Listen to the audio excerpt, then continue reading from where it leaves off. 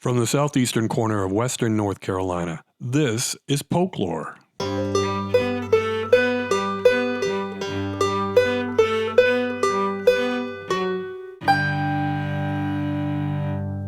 I'm your host, James Hernician.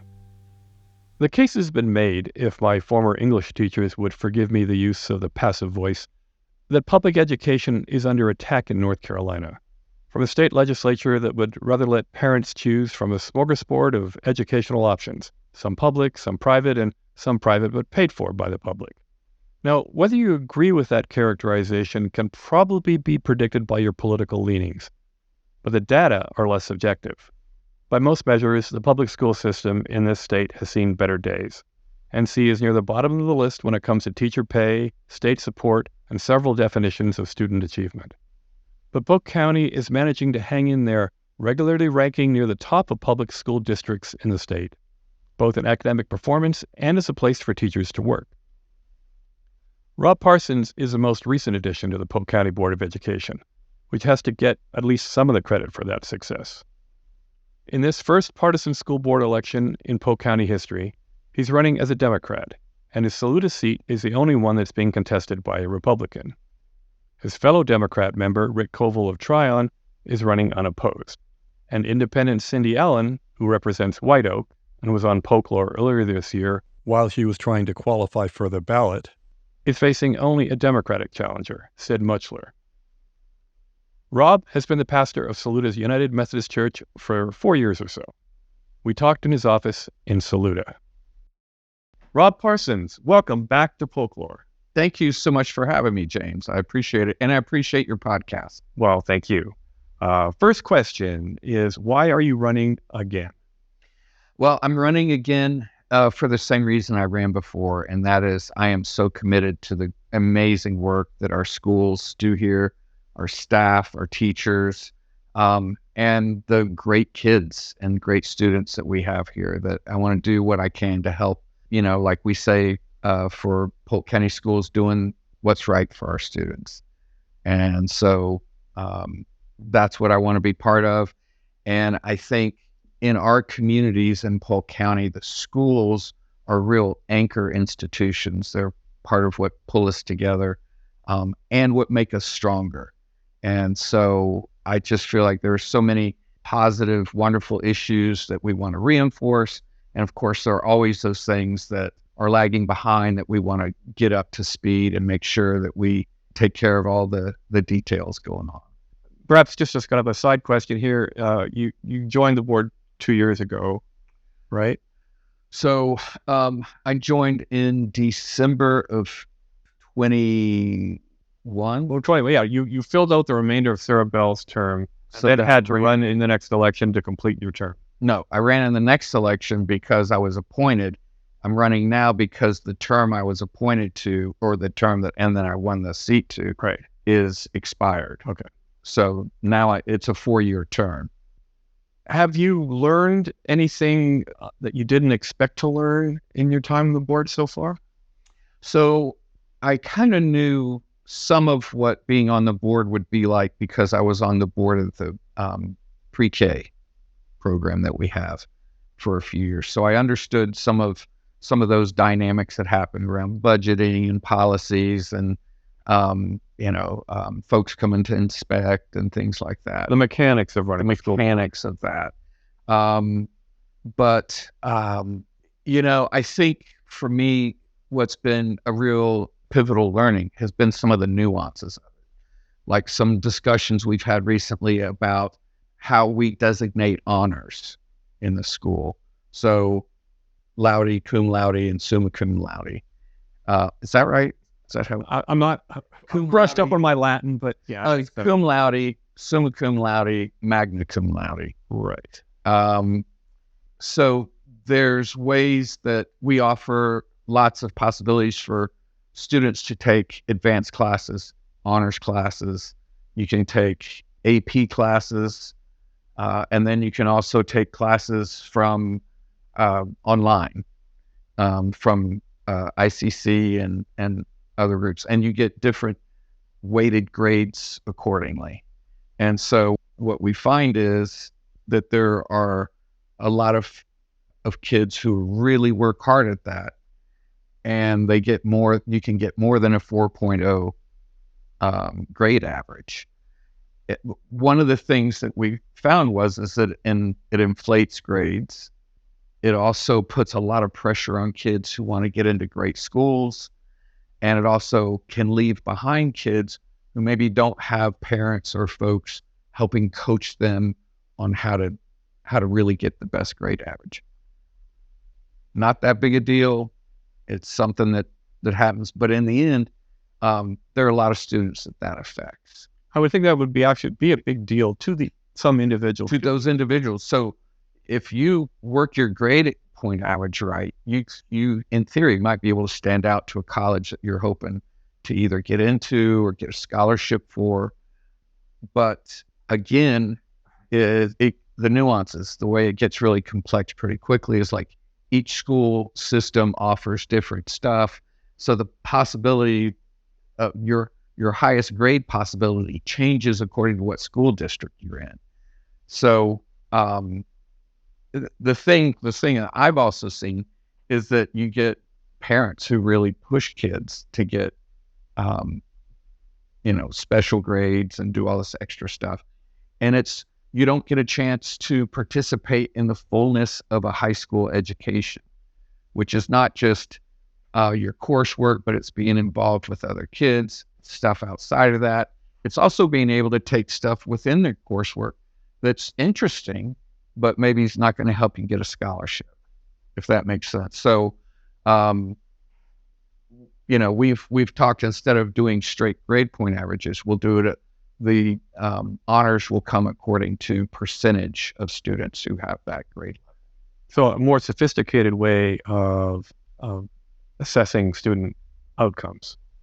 I wouldn't say it's more sophisticated. It's just that those honors have often been either grade point, like cum laude would be 3.5 to 3.69 or whatever, or top 10% of a class.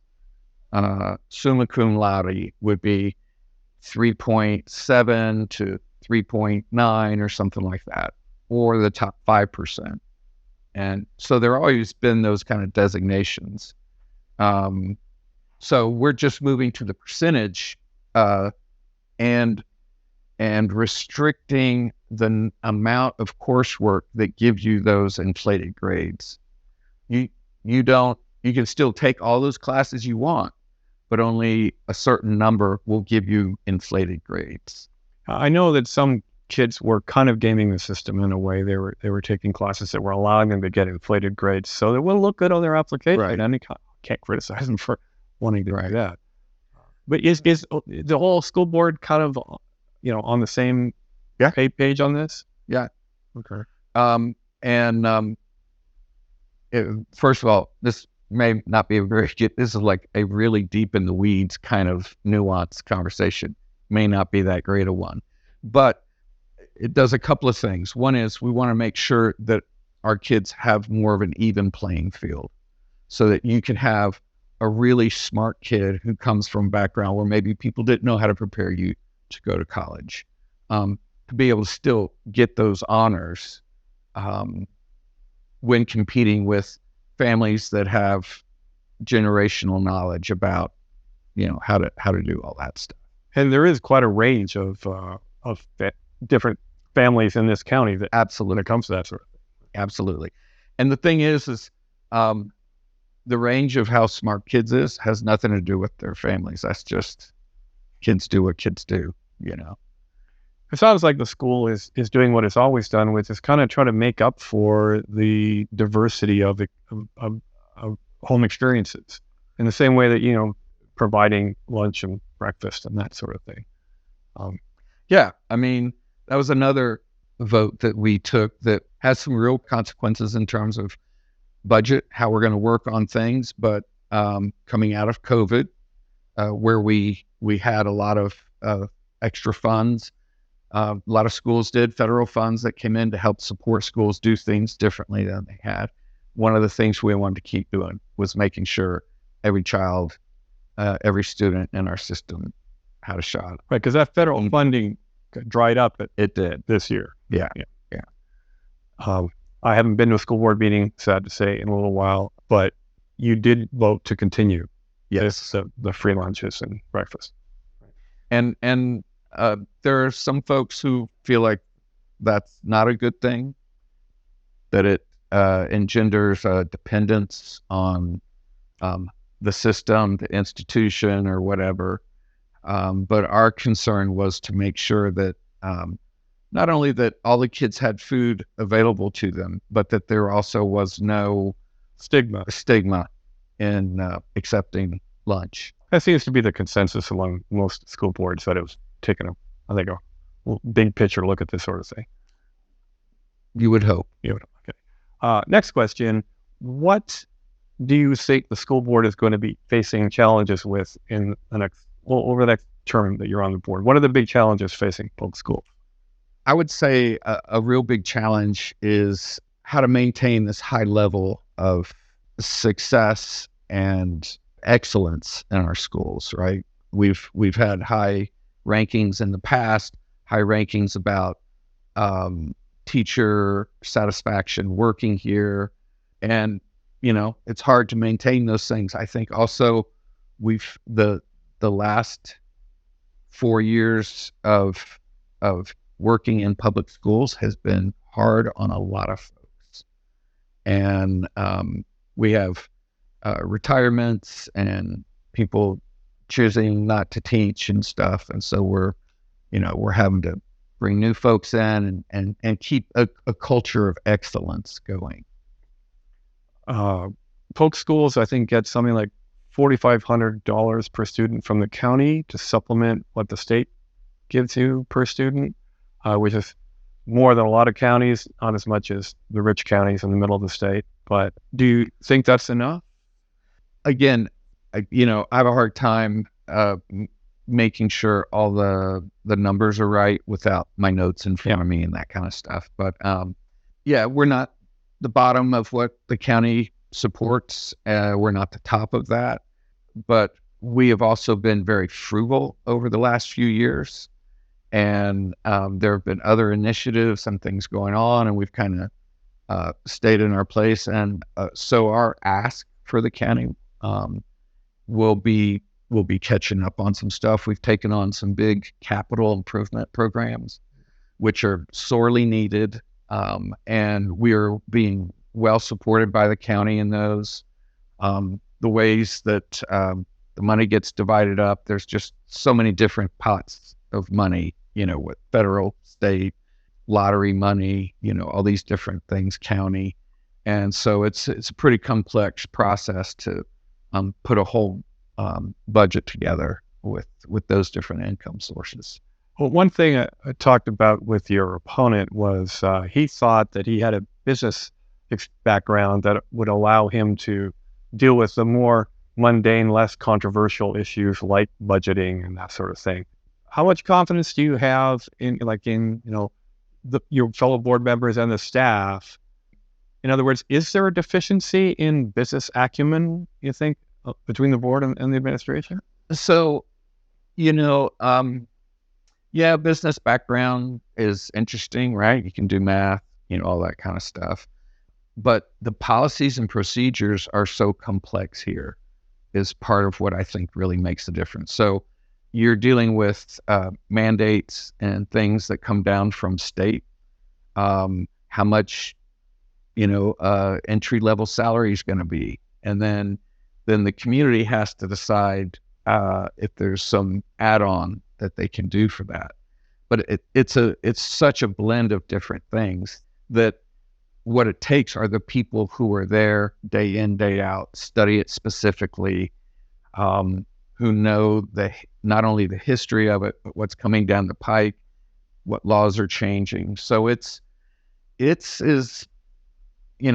sure, it's business, but it is very specific to what goes on in school boards and school systems in North Carolina. And everybody can learn it. You just gotta be able to put the time into it. But we also have great staff who do all that and bring to us the kind of the results of the work that they've done on it. We talk about it and make the decisions. All right. There is one other thing that I think is really important that's part of the school systems in general in our state this year, and that is the issue of vouchers.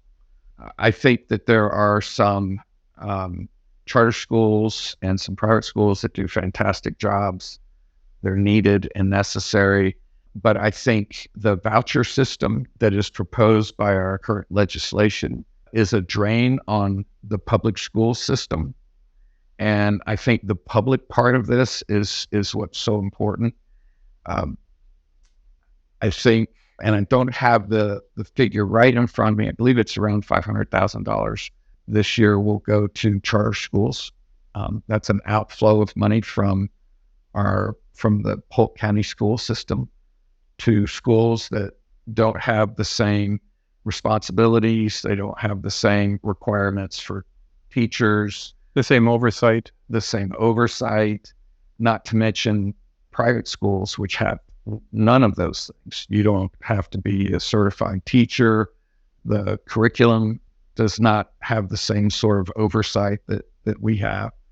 And so for me, the thing that is important, there are some cascade effects. So one of the things that people don't often kind of throw into that equation, I visited recently a charter school that went on about the great programs they had, and they said, "Oh, we do speech therapy." And I said, "What about physical therapy or some of the other needs that?" "Oh, we don't do those. That stuff's so expensive." And I was like, "Right, that's what public schools have to do. We have to provide services to every child that asks for it." And so, we're seeing a great increase in our exceptional children's programs. These are programs that are necessary for the kids who have developmental delays, or it could be a speech issue. I believe those two are sort of two of the main areas. There are about 14 different areas or designations or diagnosis that bring kids into our system in that way. And those classrooms are so much more demanding in terms of how many students you can have per teacher. And therefore more expensive. And much more expensive. And so we get $580,000 this year from federal support for our EC kids. These are kids with specified programs that they have to follow. The problem is that's not even enough. The way it's set up in our state is that the state will help with, they've picked a figure. They said that every school over the population could have 13% of their student population in these specialized programs. The problem is in Polk County, we have more than that. And part of that is because it's not just that we have kids with more problems. Part of it is we do a good job in those areas. And we hear about folks moving into the area because their kids need better support. Private schools, charter schools, they don't have to deal with any of that. Before we get too further down this road, I don't think many people will understand how the system works, because there aren't any charter schools in Polk County, right? I mean, there's TJ in Rutherford County, for instance. There's Lake Lure Academy also in Rutherford. Well, they don't have any. There's no competitor to Polk County High School in Polk County. So how do we lose $500,000? No. So when a student who lives in Polk County chooses to go to one of those schools, then the money follows that student. And so you're saying that the $500 and some thousand that you've allocated now to the EC programs isn't enough, and we're losing another $500,000. So right, that it is a very expensive program that's needed for our kids, right? We want to make sure everybody gets the best education they can get the best services that they need. Federal funding comes in at about $580,000, but we have, like you were saying, I believe it's $500,000 that leaves our county and follows students to other schools, like charter schools. So what can we do about it? I mean, is there something else we do other than replace the people in Raleigh who are making these decisions? So, yeah, for me, I guess part of it is it becomes frustrating and really disturbing when this money goes to other schools that then don't provide the kind of education that our kids need. Now, we have folks who homeschool here. You can get a good education that way. You can go to charter school and get a good education, but it's not guaranteed, right? Because there aren't the requirements. And so this is anecdotal. I don't know what the full statistics are, but sometimes we'll have kids who come back to Polk County schools after being in a charter environment or a private school environment, and they have to do some catch up. Now, there's some students that come back and they're doing fine. That's great, but to me, I'm concerned when what's driving the decision is more about ideology than the student's education, which may or may not be at play in something like this. But that to me is the issue. So the other thing is, like, charter schools can make folks a lot of money too.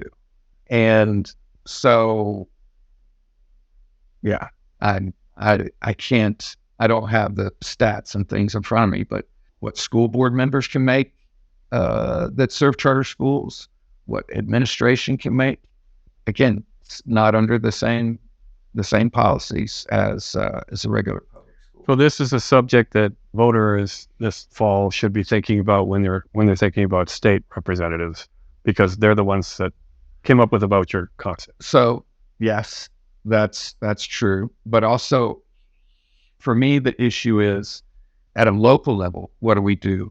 And that is we pull together for public education, for community education. That's where I think our best dollars go. Now, granted, there are some folks who are just like, you know what, these public schools are not for my kid. That's all right. I choose to live on a gravel road. I have to maintain it. It's not a state road. I choose to do that. I don't ask for your tax dollars to maintain my private road. And so that's kind of how I feel about public school and the voucher system. It's like if you feel like your child needs a different kind of education for whatever reason that's not school system based, then that's fine. But I think it's important that our tax dollars go to public works on the public education. All right.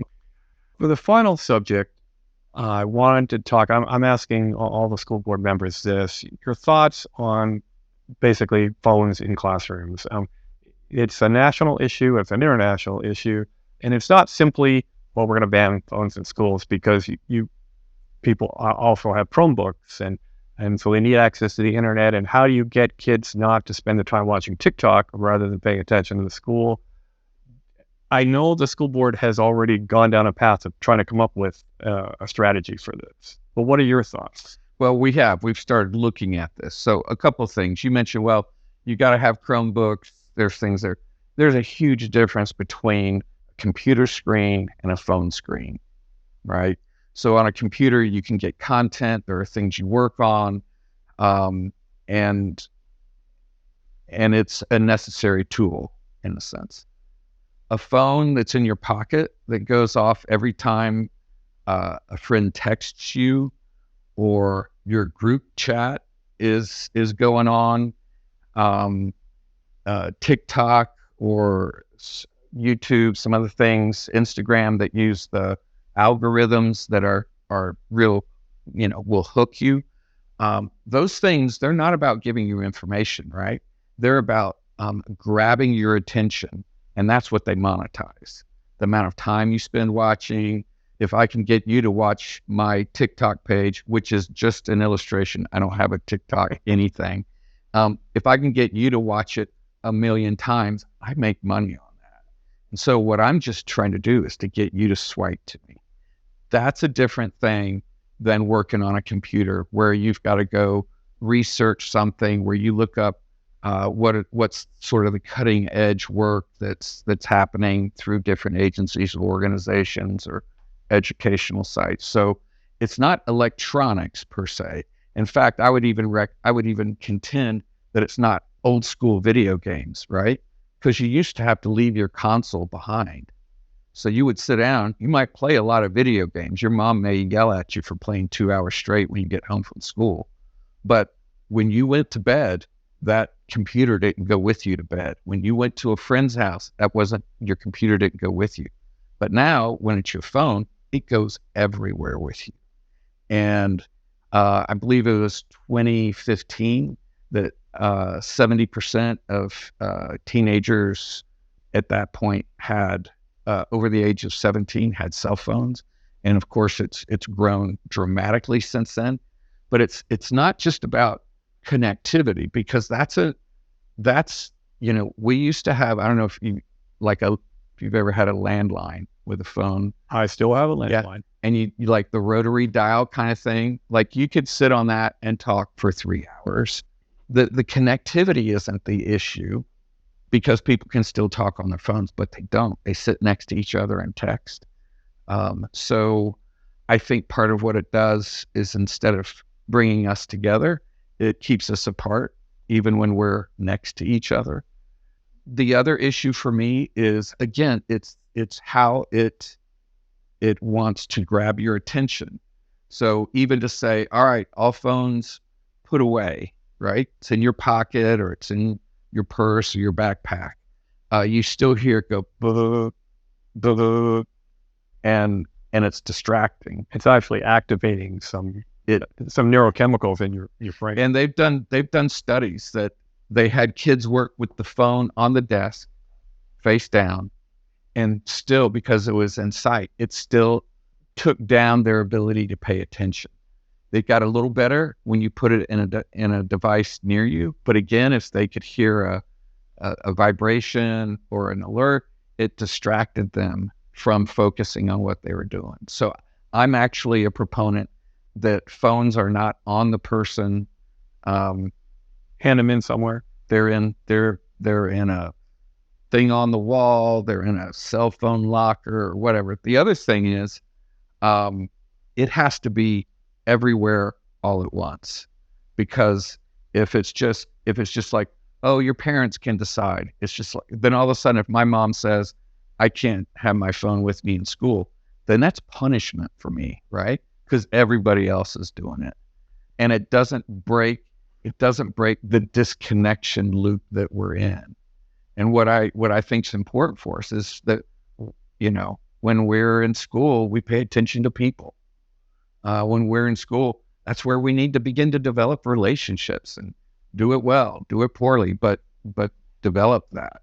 I've been surprised by the arguments I've read coming up in other districts around the country, where parents are saying, but I want to be able to contact my kid, even though those parents grew up in schools where their parents couldn't contact them, and there was a phone in the main office, and that's how it worked. And what is that really not enough? So a couple of issues. One is, some of that can happen in between classes. The other thing is, I've heard some folks say, what about in an emergency? And so one of the things I would say about emergencies is, we need our students paying attention to what's going on the ground at the time. We have communication systems and safety systems set up so that teachers are informed and such. Now, granted, you hear stories about, in the midst of a shooting, they're like texting out or, whatever. But what we want to do is have people be very present in those moments of difficulty, even if it's a windstorm, a tornado, or whatever, natural event. People need to be able to hear what the central communication is, and that's going to come from their teacher. How long do you think it'll take the school board to come up with an approach to this issue? I think that's something we'll do this year. Again, whenever you do something like this, it's there also could be legal ramifications that people are like, someone's going to sue, like, my child has this and that, and that's why they need a phone, or whatever. So we want to make sure that when we do something, that it's not only an effective policy, but one that can be enduring and won't become controversy in that sense of legal issues. But I assume you're going to want to consult the county, like you want to hear from parents. on this? So it's something that we'll want to hear for sure, and yet I think what's also important is to take seriously the health and well-being of our kids. Again, the issues of having a phone all the time affect our brain, how it develops, and so yeah, there's a lot to weigh in terms of what'll go into it to make a decision. So do you think we should survey and whatever the majority opinion is, kind of go with that? No, I don't believe that you owe the public blind loyalty to the majority opinion. I believe that we elect you to use your judgment to come up with the best solution. I think so. That's my take on it. And I think that if you can spend a few months studying this and seeing the experience in other parts of the country, because many states are ahead of you on this one. So yeah, we've got data, and the data on the deleterious effects of iPhones on basically on everything is coming in and amassing quite quickly. So if you pay attention to this issue as much as you should, then I think just consulting the community to make sure that they're aware is probably all you need to do. Yeah. And again, I think it's to be transparent about what's going on, what the issues are. We always want to know what the community thinks. That's part of what comes into our process for decision making. But in the end, we often have information that the community may not have in certain decisions or can't have in some of our safety decisions. We don't publish what we're doing, and that's to keep the kids safe. But we consult with agencies, law enforcement and things like that. And again, here's another issue where this is